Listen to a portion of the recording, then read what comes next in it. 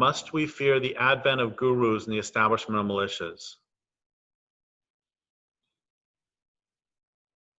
I think that I wrote about this in Culture Make Believe, and as empires collapse, people become increasingly desperate and they attempt to maintain the old order, and authoritarianism rises. And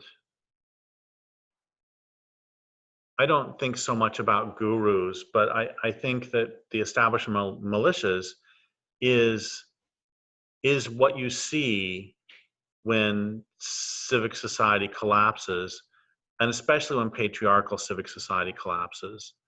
And what you also see is an increase in the rates of violence against women, which is why I've argued for a long time that now is when men need to make their allegiance to women absolute. Not later, but now. And, I wrote in Culture Make Believe about the rise of the KKK in the 20s, the rise of Nazism in Germany in the 20s. And I was pretty pleased with myself for predicting the rise of the Tea Party, really. Sort of a right-wing desperation to hold on to the established order. It wasn't that hard to predict when you look at history. The thing I missed was the rise in left-wing authoritarianism in the identity politics movement, the sort of increase of, on the left, anybody you disagree with, you call a Nazi, and anybody who's a Nazi, then it's okay to punch them.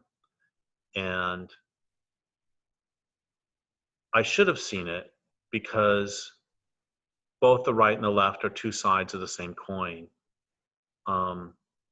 Do I fear the rise of militias? Yeah, I fear them, but mainly I see them as inevitable. I think that, and I think that's why we need to, as well, at the same time as we are dismantling civilization, we need to work very, very hard to make robust, self-sufficient communities. This is where, it annoys me when people who promote CSAs, community supported agriculture, it annoys me when they act like that in itself is a revolutionary act, because it's not.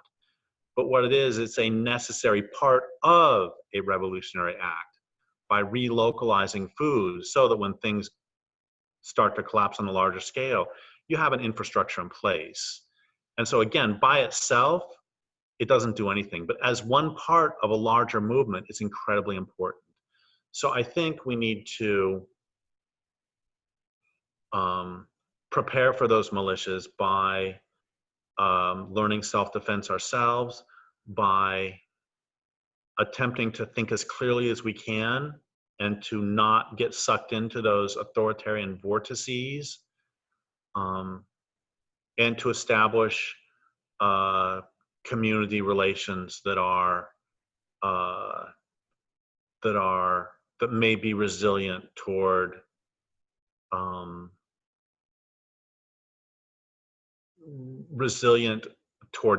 those sorts of changes.